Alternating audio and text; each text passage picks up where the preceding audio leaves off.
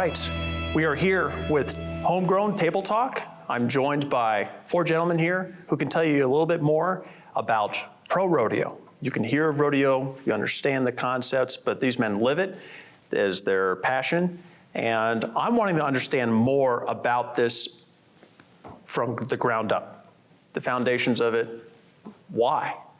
What is it that brings us together? Why is it important culturally, historically, economically across the area, starting with our region? But if we can just do quick introductions real quick from left to right here. Greg Nelson, days of 76. Ted Thompson, days of 76. Rory Lemmel, rodeo producer. Keith Anderson, Black Hills Roundup. So I want to say I went to Days of 76 last year. It was my first full round experience of a rodeo. And from the get-go, I'll tell you that I was taken aback by some of the things that I assumed about rodeos and then what I actually experienced. And there is a lot more that goes into it than what meets the eye.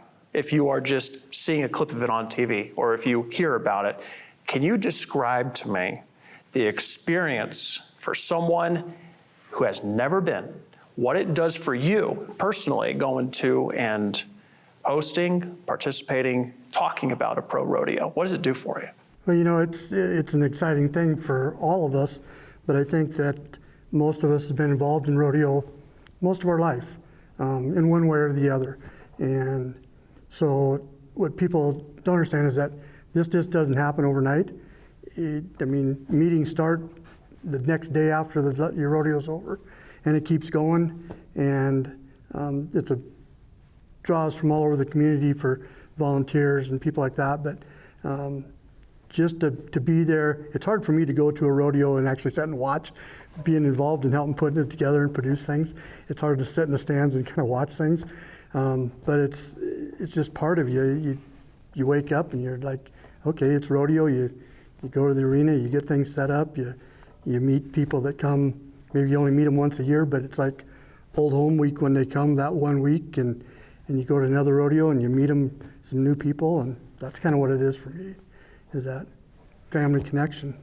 So from the get-go then, we're already talking about a professional level. You talk about rodeo itself, and then you are talking about people that have practiced, and you've got professional men and of course women that are coming out here that are looking at this and to put this thing together. Days of 76, for example, what kind of effort goes into that? Well, it's huge.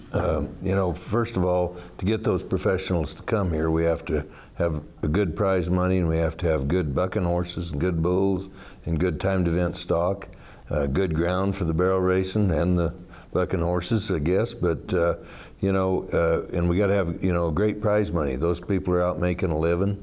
And, we're trying to put on a showcase that you might say that would help, promote the Western way of life, but at the same time, let these cowboys and cowgirls make a part of their living coming to our rodeo. So we strive every year to make our purse bigger and better every year. Next year we'll be at 10,000 event added. We're pretty proud of that. When I got on this committee, we were at 800, and they didn't think we'd ever get to 1,200. And of course, this has been over 35 years ago, and so it's changed. But we like, in the same with the Black Hills Roundup. I know in a lot of rodeos that Rory produces, the same thing is it's the prize money and be able to put on a show, to do that, to have a celebration in Deadwood, Belfouche, Rapid City, wherever you may be. You've got to have, the cowboys come, but you got to raise the money to get the people to come and watch and entertain them. You know what? It's all about presentation too.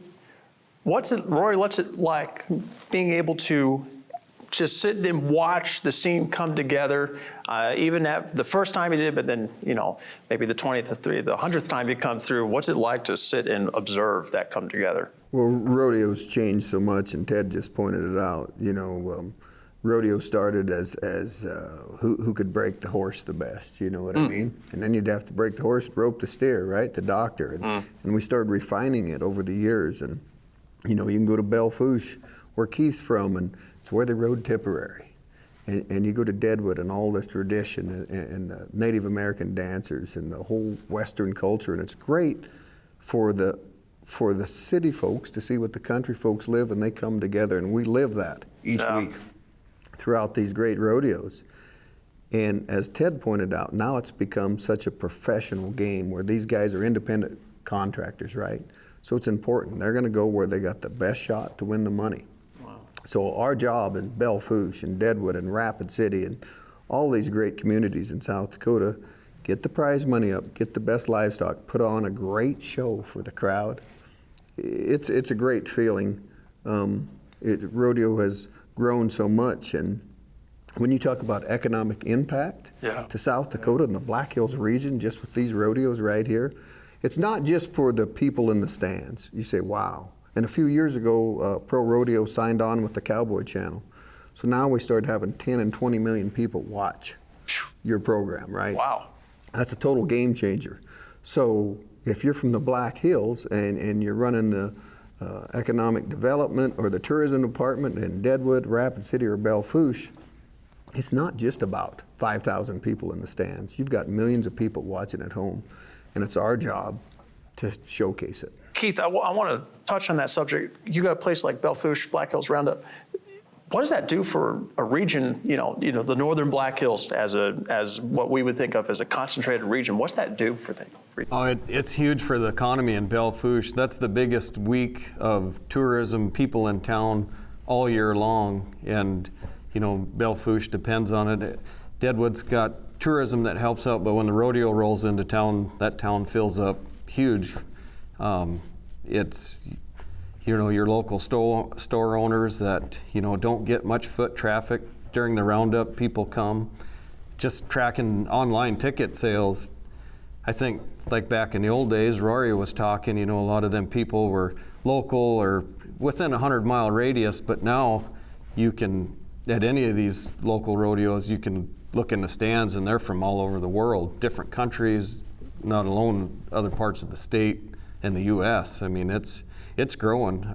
Back in the old days, it was all South Dakota people for the most part, and now it's half your old boys that are leaning against the fence that you can't buffalo because they know, and then the other half are tourists that want to see a good show and good entertainment, family fun. So you're just putting a place like Belle Fourche on the map with an event like that. Yep, and you know, South Dakota's known for some of the greatest bronc riders to ever swing a leg over a horse, and you know, it's Deadwood and Belle Fourche and a lot of rodeos that Rory's involved with that build them guys to keep us on the map too.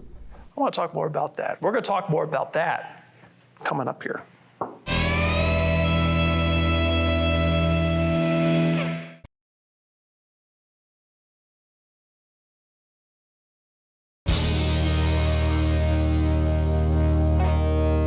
Welcome back to Homegrown Table Talk. We're talking about pro rodeo, and so far what we've been diving into is instantly how big it's grown just in the last couple of years. And I want to talk about now more recent history. Howard, talk about the days of '76, had kind of a tough year last year, how that hurdle has been for you all up in Deadwood. How's that been? You know, Deadwood's just kind of a different place. It's being down in that hole in the mountains around us kind of helps us, the history that Deadwood has with wild bill hickok and clammy jane, and that kind of draws people there.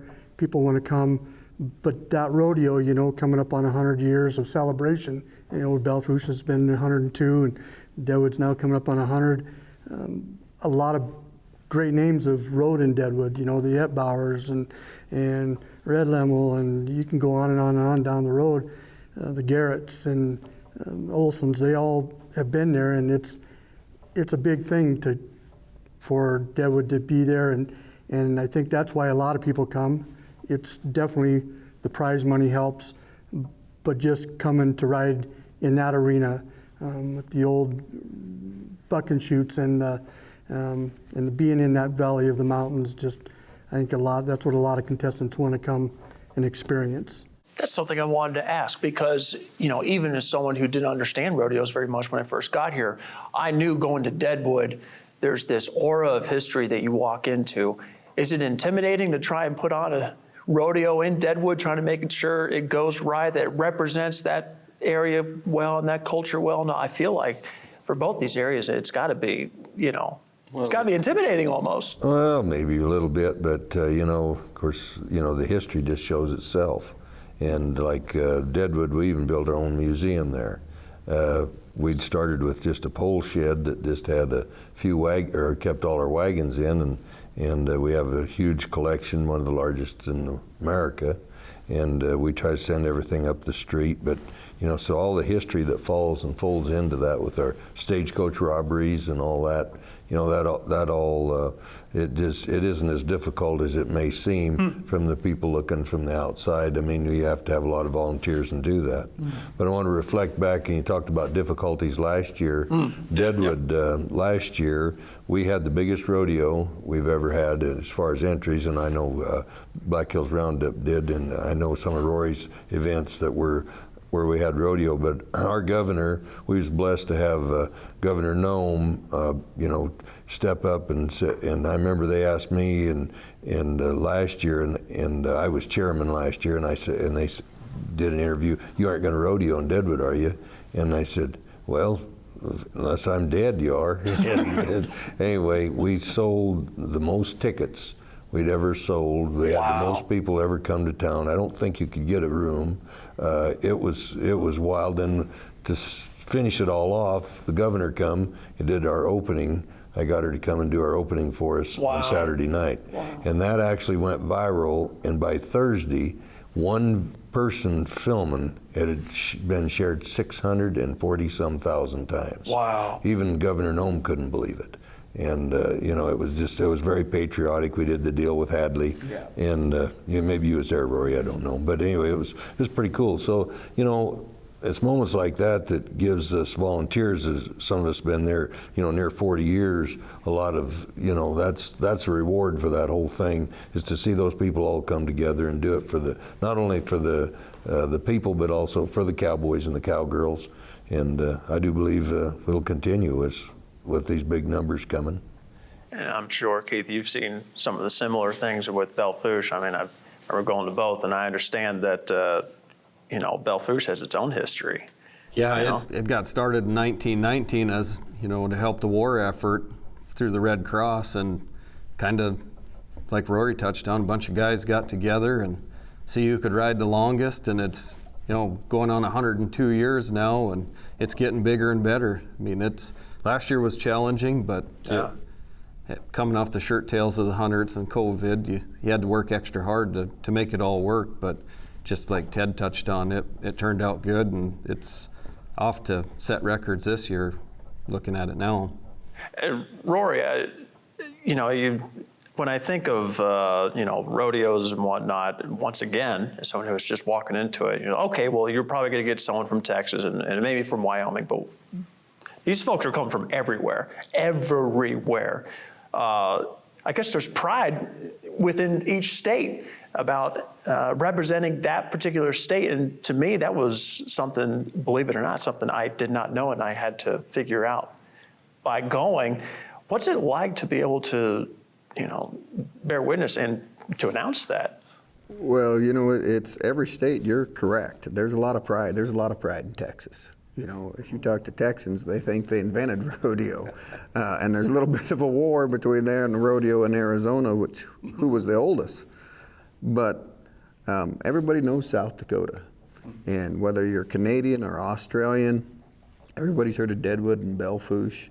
And what we're starting here, we did the Pro Tour finals last year. And just like Ted touched on, it was because of our governor. No. And I was at a rodeo, and it was a big rodeo. And there was musicians there talking, and they all vacationed in South Dakota last year because we was open and we had our rodeos. They saw our rodeos and heard about it, heard about the governor packing the flag. And so there is a lot of pride. There's a lot of great cowboys from all over the world, but they all know our state because of rodeo, and that's something I think we all around this table and South Dakota takes pride in. Paint South Dakota kind of in a different color. Black Hills kind of as a separate entity altogether. Well, yeah, and these guys got purple shirts on. Casey Tibbs really helped make rodeo famous in South Dakota. He was on Life magazine and was friends with a lot of movie stars, and he helped make it famous, and we're just carrying on the tradition. Well, it's a tough go. It's a life on the road. If you're going to be in the rodeo, we're going to talk a little bit more about that coming up here.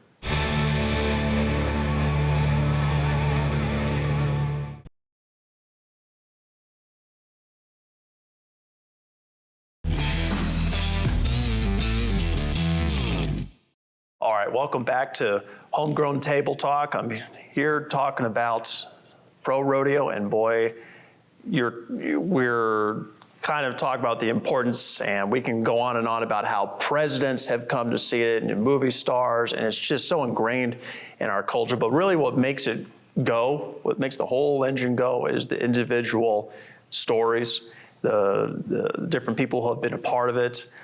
I want to hear some stories. One of the things because you never know what's going to happen. I mean, animals are animals. They got their mind of their own. You don't know what they're going to do, when they're going to do it. I think it was last year. We're sitting there, national anthem's going on.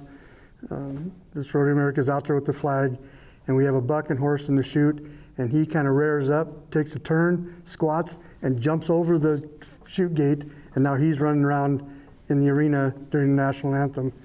You know, you never know what's going to happen and what kind of wrecks you might have, or those funny things like that just, here they are. And I mean, that's what kind of makes going, it's kind of like people going to NASCAR. They don't go watch people go around in circles, they go to watch the wrecks.